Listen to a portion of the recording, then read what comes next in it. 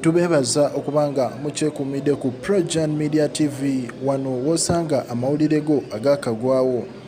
Timu zaffe ez'enjawulo tuzebaza okubanga zikomentinga zilikinga era n'okubanga mugoberera byonna bye tuba tutaddeyo. Emikolo nga gikyawuba Uganda, emikolo gya Rema ne Dr. Hamza. Olwaleero era tukuleetedde eddala eryakagwawo. Omuyimbi Eddy Kenzo oba muyite Eddirisa Musuuza eyali muninkini wa Rema n'amakula kiddiridde engeri gy'okuba nti emikolo gino tegyamuyisa bulungi.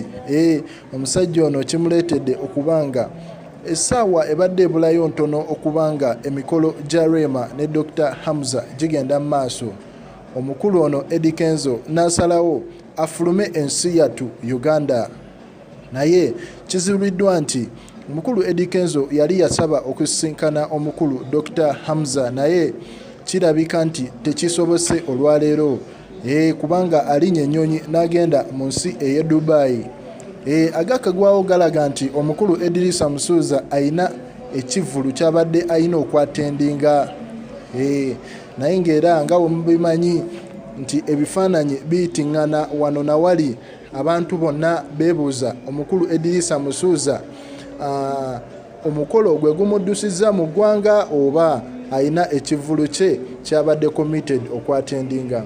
Tubebaza okubanga mukyekumidde ku Projan Media TV for all the latest updates, information happening around town.